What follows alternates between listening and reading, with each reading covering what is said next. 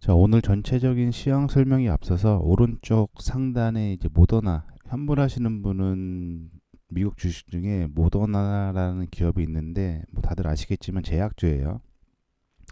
제약주고 과거에 코로나19가 발생을 하니까 백신 테마를 타고 대략적으로 한 2,800% 정도 상승을 했다가 현재 2,800% 급등했던 그 가격까지 지금 하락한 시점이고, 이 기술적 분석상 상당히 좋은 위치에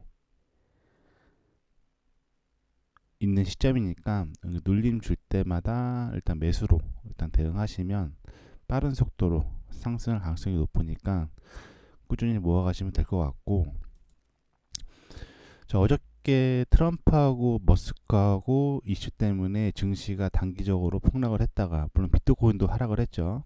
비트코인도 하락을 하고 일단 회복세를, 단계적 회복세를 보이고 있는 모습인데, 뭐 나스닥이나 뭐 미국 주식 매매하시는 분들은 아시겠지만 비트코인하고 나스닥하고 거의 커플링으로 움직여요.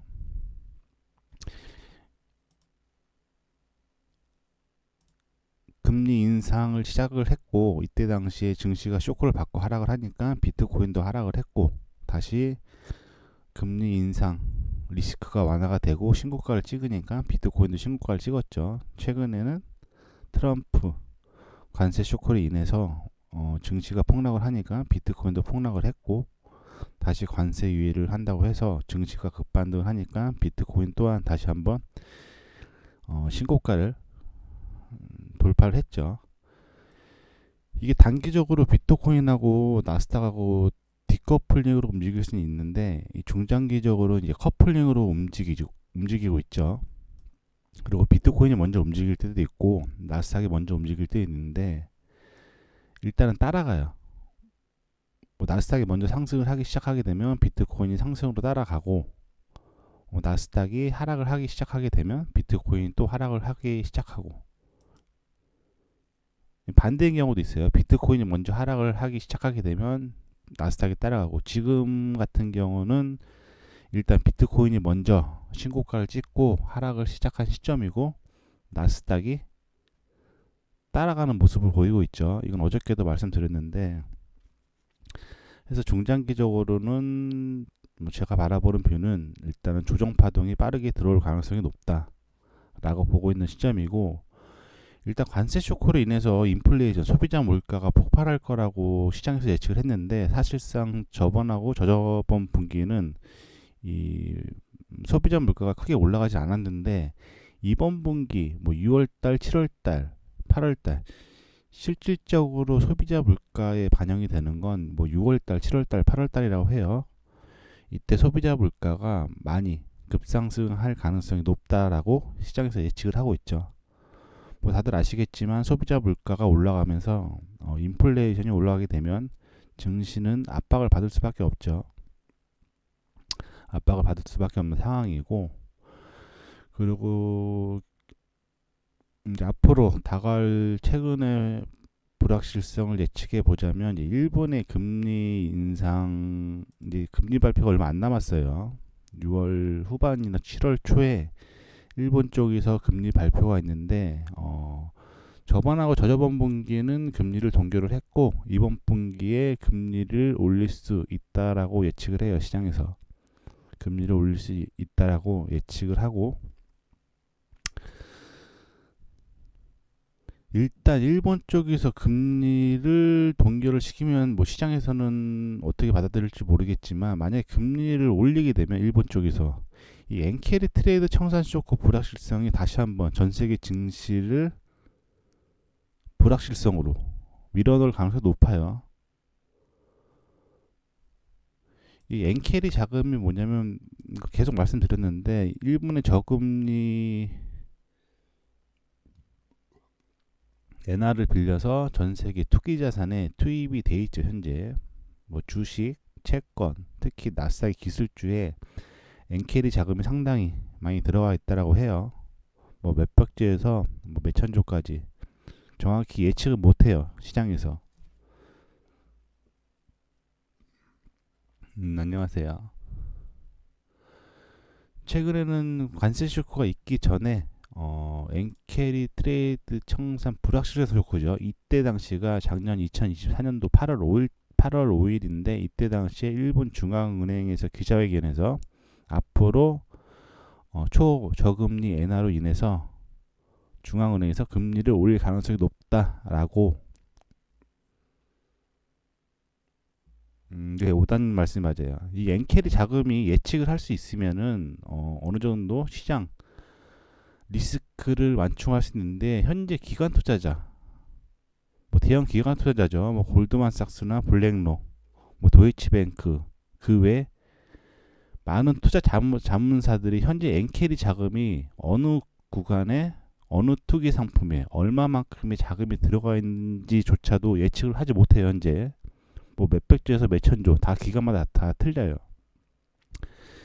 실질적으로 청산 쇼크가 일본 쪽에서 금리가 올라가면서 청산 쇼크가 나와 봐야지만 엔캐리 자금이 얼마만큼 들어가 있는지 알 수 있겠죠.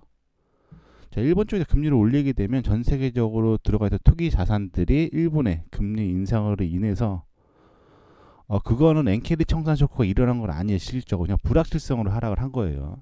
이때가 엔캐리 트레이드 청산 쇼크가 일어난 게 아니에요. 실질적으로 그냥 일본 쪽에서 앞으로 금리를 올릴 가능성이 높다라고 하니까 그냥 불확실성으로 하락을 한 거예요. 이때 청산 쇼크가 일어난 게 아니죠.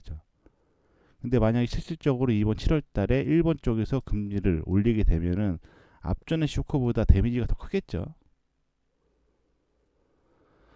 앞전의 데미지보다 실질적으로 금리가 올라가고 일본의 금리가 올라가고 그로 인해서 전 세계적인 투기 자산이 매도세가 강화가 되게 되면 앞전의 작년 2024년도 8월 5일의 쇼크보다는 실질적으로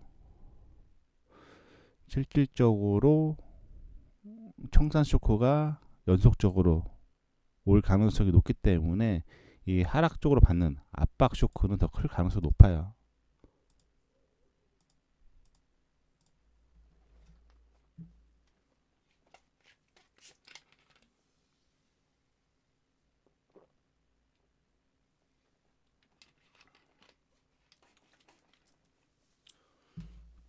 뭐 나스닥은 요즘에 뭐 빠지면 올라오고 아직 하고 있지만 오단님이 좀 많이 잘 아시는 것 같아요. 그렇죠. 원래 저금리로 뭐 그러니까 0%, 그러니까 단적으로 생각해서 일본 쪽에서 0% 금리를 0%의 금리로 해갖고 만약에 10,000원을 빌렸어요. 10,000원을 빌려서 다른 나라 뭐 미국이라고 치면은 여기는 금리가 뭐 5%라고 하면 일본 쪽에서 0%의 금리를 빌려서 일본 쪽에 환전을 해서 매수를 하게 되면 연간 5% 정도의 수익이 나올 수 있죠. 이런 식으로 저금리 투자 자금을 빌려가지고 투기 자산에 투입하는 걸 엔캐리 자금이라고 하죠. 뭐 간단히 서술로 설명해 드리자면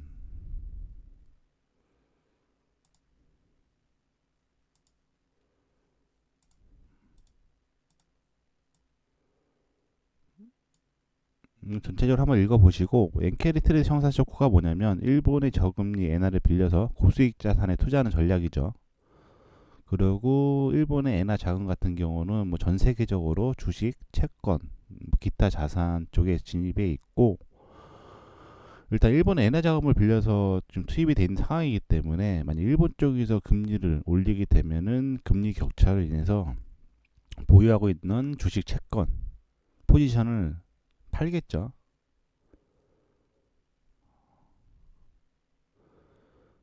그리고 전에도 말씀드렸다시피 미국 쪽에서 일반적으로 금리를 내리게 되면은 증시에서는 상승 재료이긴 한데 그때는 일본 쪽에서 금리를 동결을 했을 때의 상황이죠. 지금은 상황이 좀 틀려졌어요.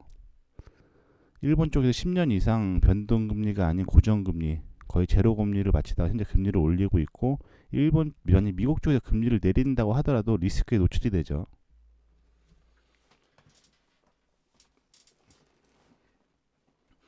지금은 금리를 내려도 금리를 내리게 되면은 일본하고 금리 차가 더 벌어지기 때문에 디커플링 금리를 벌어지기 때문에 일반적으로 예전하고 시장 상황이 틀어질 수 있어요. 일본 쪽에서 미국 쪽에서 금리를 내리면은 시장에서 악재로 받아들일 가능성이 높죠. 일본 쪽에서 금리를 올리고 있는 상황이기 때문에 금리 격차가 벌어지기 때문에 금리를 내리게 되면 다시 한번 엔캐리 청산 금리 격차로 인해서 제가 바라보는 시점으로는 꼭 좋지만은 않다고 봐요. 현재로서는. 아까도 말씀드렸다시피 엔캐리 자금 규모 자체가 정확한 집계를 할 수가 없대요. 현재 추정치는 기관마다 다 다르다고 하죠. 밑에 제일 하단부에 있는데 실제 일어나 봐야 아는 거고, 그리고 현재의 엔캐리 자금이 주식 쪽에 많이 들어가 있는데 특히 미국의 기술주 나스닥이죠. 이 나스닥 쪽에 많이 진입이 돼 있고 일본 쪽에서 금리가 올라가게 되면 청산을 해야 되겠죠. 청산을 해야 되면 매도 압력으로 주가가 폭락할 가능성이 높다라고 해요. 현재로서는.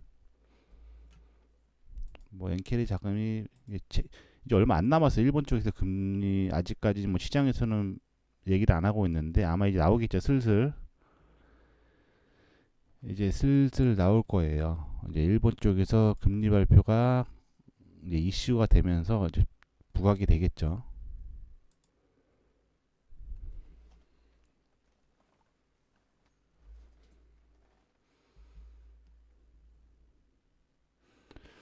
어제도 설명드렸다시피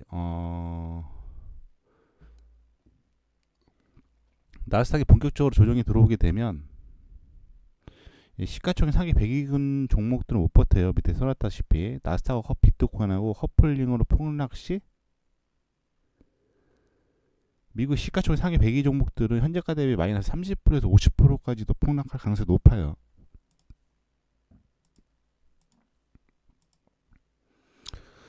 선물 같은 경우, 특히 뭐 나스닥 같은 경우 매매를 하시는 분은 매도 포지션을 길게 끌고 가는 전략을 취하면 좋아 보이는 시점이고, 국내에서는 뭐 테슬라, 엔비디아, 팔란티어, 요즘에는 뭐 테슬라보다 팔란티어가 핫하다고 하는데 팔란티어도 일단은 대기업군에 들어가 있기 때문에 팔란티어도 못 버틴다는 거죠. 그리고 제가 바라보는 이 노란색 선상의 추세에서는 지금 제가 바라보는 시점에 기술적 분석상 가장 강한 저항 라인이라고 판단을 하고 있죠. 현재 이런 식으로 저점과 저점을 연결을 할 수 있고 동일선상으로 움직이는 추세선을 작도를 하게 되면 관세 쇼크가 맞기 전에 먼저 추세선 저항이 먼저 걸렸어요. 작년 2024년도 12월 15일 구간인데 이 저항 라인에 먼저 걸리고 기술적 분석상 저항 라인에 걸린 거죠. 기술적 분석상 저항 라인에 걸리는 상황에서 버티고 있었죠. 버티고 있다가 트럼프 관세 쇼크 이런 시장에서 나오는 이슈 같은 경우는 기본적 분석이라고 하거든요. 뭐 매일 나오는 뭐 뉴스나 뭐 재료, 뭐 금리 발표, 소비자 물가 발표, 뭐 오늘 있는 뭐 비농업 부문 고용자 변수 발표, 이런 식으로 기술적 분석상 저항 라인에 걸려 있으면은 기본적 분석인 악재가 나오면서 증시를 밑으로 빼는 경우가 상당히 많아요. 그리고 관세 쇼크 이후에 반등을 하고 있는데 아직 저항 라인 밑에 있다라는 거죠.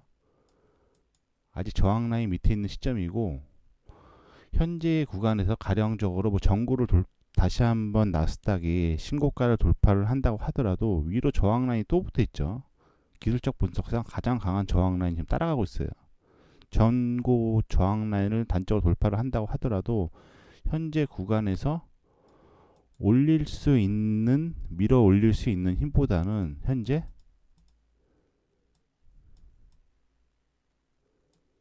밀어 올릴 수 있는 힘보다는 그러니까 밀어 올릴 수 있는 힘보다 밑으로 떨어뜨릴 수 있는 힘이 훨씬 크다라는 거죠. 이렇게 하면 이해되시려나요?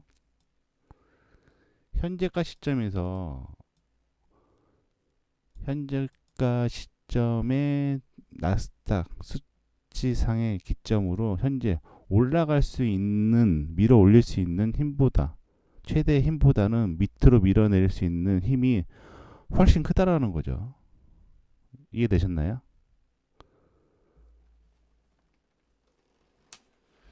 그렇죠. 공간 자체가 현재 보시게 되면 위로 올릴 수 있는 공간 자체가 얼마 안 남았어요, 실질적으로. 이 전고 라인을 돌파를 한다고 하더라도 어, 밀어 올릴 수 있는 공간이 얼마 안 남았다라는 거죠. 단적으로 좀 밀고 올릴 수 있는 힘보다 밑으로 하락하게 되면은 밑으로 훨씬 많이 열려 있다라는 거죠. 그 노란색 선상의 추세는 기술적 분석상 가장 강한, 이게 추세도 여러 가지 추세가 있어요. 상단과 하단의 각이 각도가 틀려서 움직이는 억각 추세가 있고, 이런 식으로 상단과 하단의 각이 동각으로 움직이는 동각 추세가 있죠.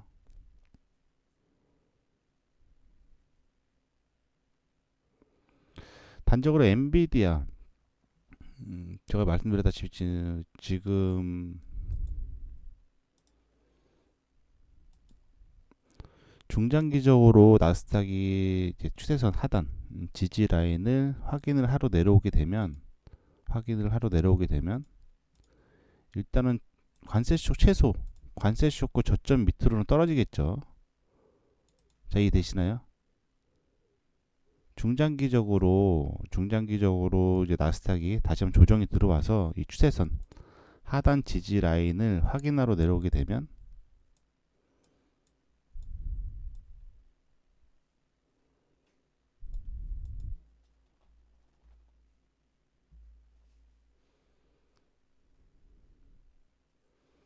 하단 지지 라인을 확인하러 내려오게 되면 최소 관세 쇼크 저점이나 아니면 추세선 하단 지지 라인까지 하락을 해야지만 중장기적으로 다시 한번 상승 추세를 유지할 수 있겠죠.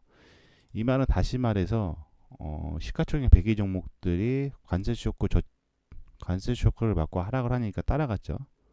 따라서 폭락을 했는데 단적으로 지금 엔비디아를 나스닥이 하락을 해서 관세 쇼크 저점 밑으로 빠진다고 봤을 때 뭐 이런 식으로 최소 관세 쇼크 저점이나 아니면 추세선 하단까지 관세 쇼크 저점을 벗어난 추세선 하단까지 조정이 들어오게 되면 엔비디아 수치상 어떤 식으로 빠질 수 있냐면, 자, 엔비디아도 현재 한 140불 정도,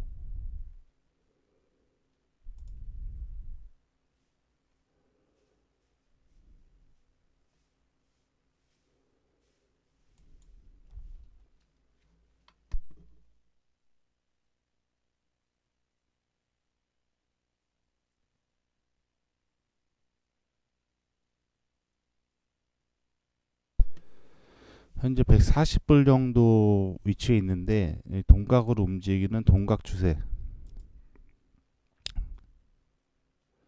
뭐 다운은 하락할 가능성도 있긴 한데 일단은 뭐 올라갈 수 있는 재료가 많이 없는 것 같아요. 현재로서는.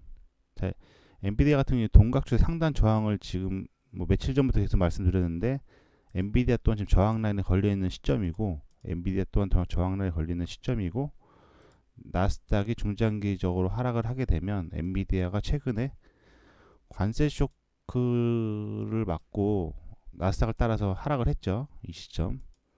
그럼 엔비디아도 중장기적으로는 이 관세 쇼크 저점 밑으로 빠진다라는 거죠. 이 관세 쇼크 저점 밑으로 하락할 가능성이 있고,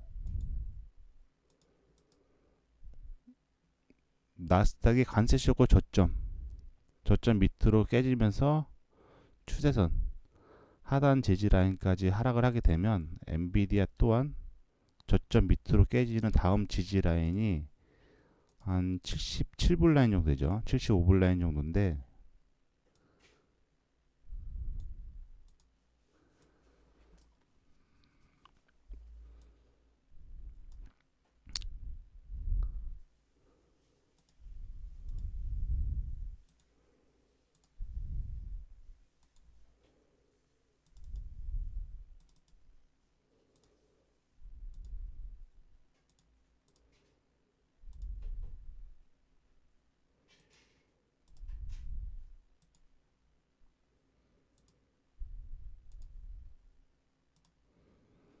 뭐 이런 식으로 중장기적으로 하락을 하게 되면 현재가 대비 최대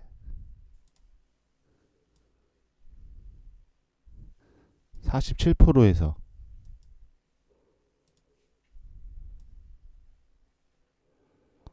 39%까지도 하락을 할 수 있다라는 거죠.